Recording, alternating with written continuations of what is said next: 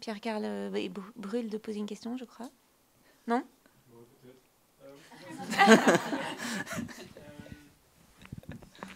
Moi, ce qui me semble intéressant finalement dans tout ce processus, c'est qu'on cherche finalement un peu à automatiser le regard du chercheur finalement. C'est-à-dire que dès le départ, on a un peu une idée déjà de ce qu'on veut trouver individuellement pour chaque pour chaque donnée à rechercher, enfin pour chaque objet à rechercher, que ce soit un texte ou une image, etc. Et ensuite, on essaie d'appliquer ça à un grand jeu de données, ce qui ne serait pas faisable en fait si on voulait le faire manuellement.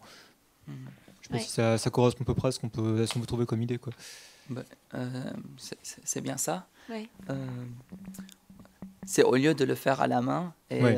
passer 4 ans pour créer une contribution comme telle, on peut le faire avec la machine.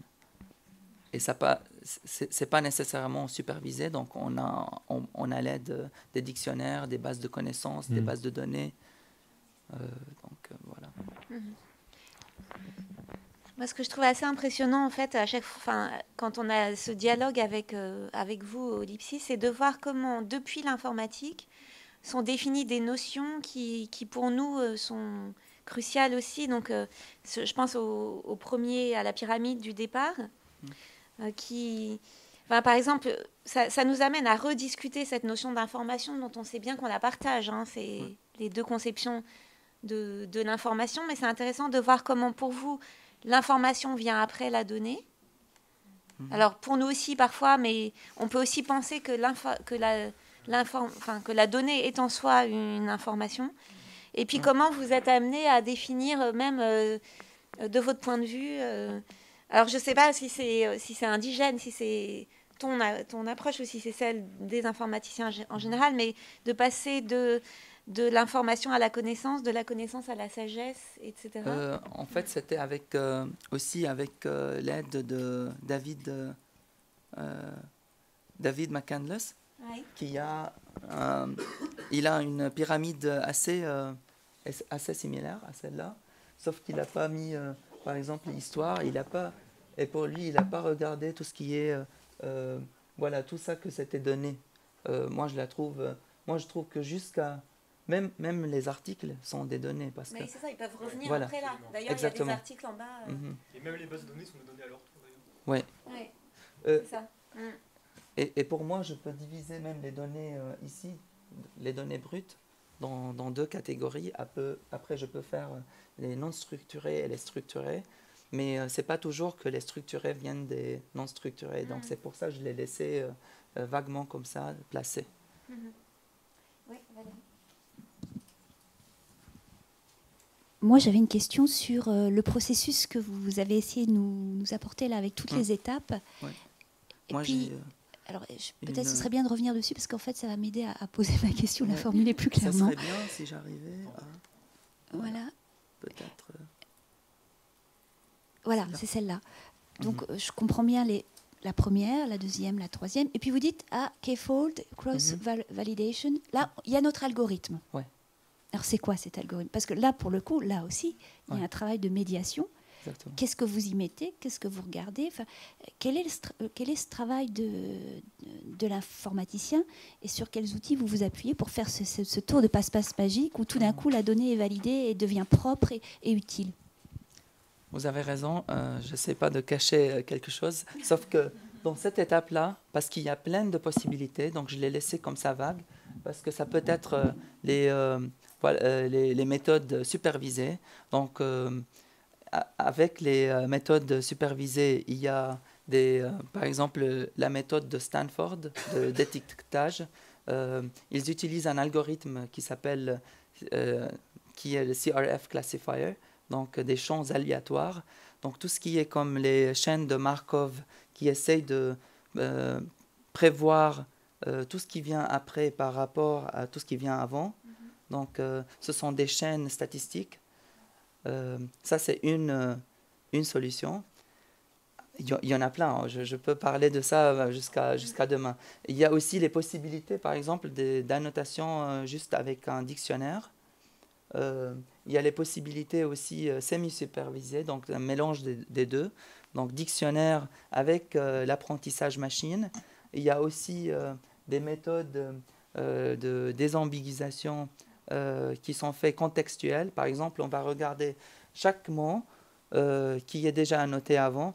On va regarder trois mots après, 3 mots avant et voir si c'était toujours, par exemple, accent grave avant ce mot-là. Donc, c'est plus probable que ça soit une ville, un lieu, que le nom de personne.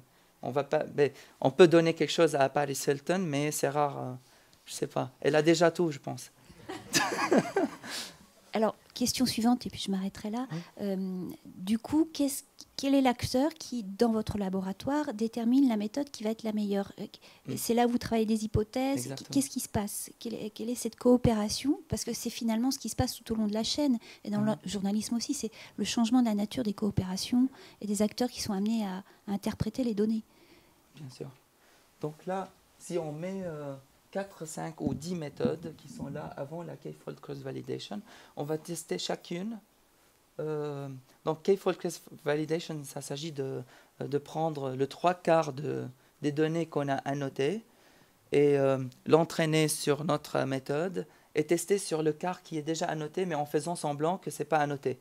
Donc on va comparer nos prédictions avec les annotations qui étaient faites pour voir qu'est-ce que ça donne. Donc, ce qu'on prédit avec notre algorithme, est-ce que c'est correct ou pas? Sinon, comment on évalue un algorithme? Voilà. Donc, on ne peut pas juste théoriquement proposer un algorithme et dire que ça marche. On veut le tester, on veut voir si on l'entraîne sur 70%, est-ce que ça va marcher sur le 30% après? Et c'est comme ça qu'on va tester plusieurs méthodes, supervisées, non supervisées, semi-supervisées. Chacune des méthodes, on va la tester avec plusieurs paramètres. C'est ça la partie, je pense, paramétrisation. Voilà. OK. Avec les mots techniques, je ne suis pas très... OK, parameter optimization. Donc, on va voir quelle méthode va marcher mieux et avec quelles données. Parce que parfois aussi, ça dépend des données. Parfois aussi, si on est entraîné sur la littérature du XVIIe siècle, si on la teste sur la littérature jeunesse, maintenant, ça va pas marcher du tout. Donc, on a vraiment... c'est à nous de trouver le domaine, les bons dictionnaires, les bons bases de connaissances et les bons algorithmes. Mais c'est là que vous coopérez avec les chercheurs du domaine. Par exemple, pour la recherche à la Pitié, j'imagine qu'il y a des immunologues ou des médecins. Exactement. Qui vont voir, en fait, déjà, ils vont nous aider avec l'annotation manuelle. Donc, ils savent bien, ils sont des experts dans ce domaine-là.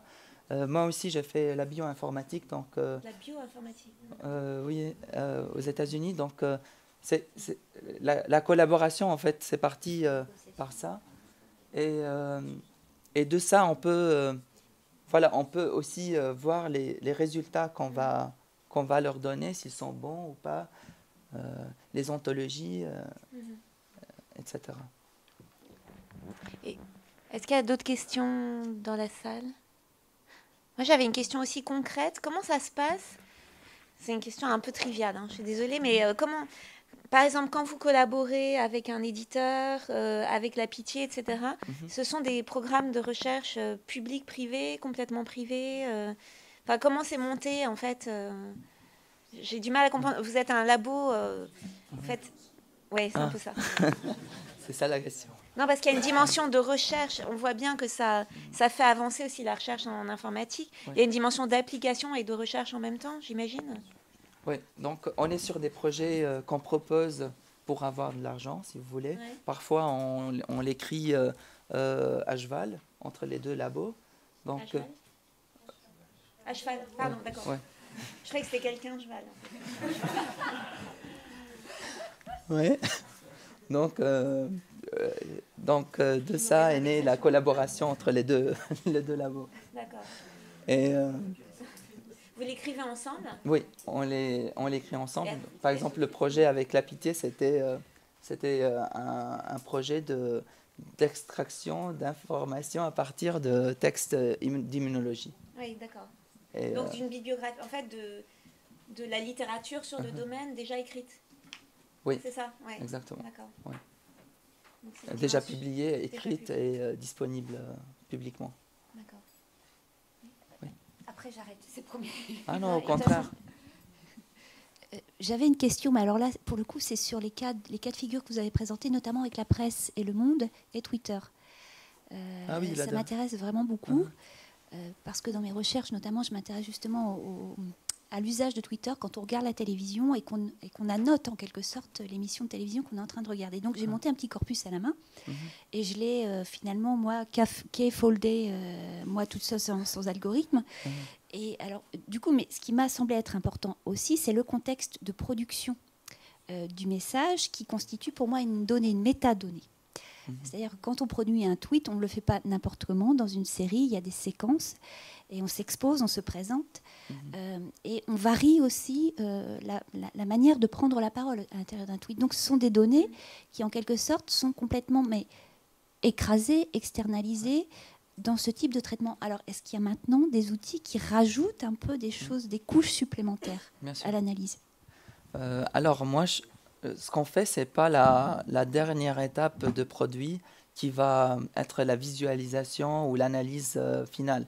Donc, on peut toujours avoir les tweets avec l'ordre chronologique, qu'on peut toujours visualiser avec, comment on l'appelle, trend, timeline, comme un timeline. Et il y a un tas d'outils pour faire ça. Là, je vous conseille vivement, à part la beauté de visualisation, il y a, je ne l'ai pas écrit ici, mais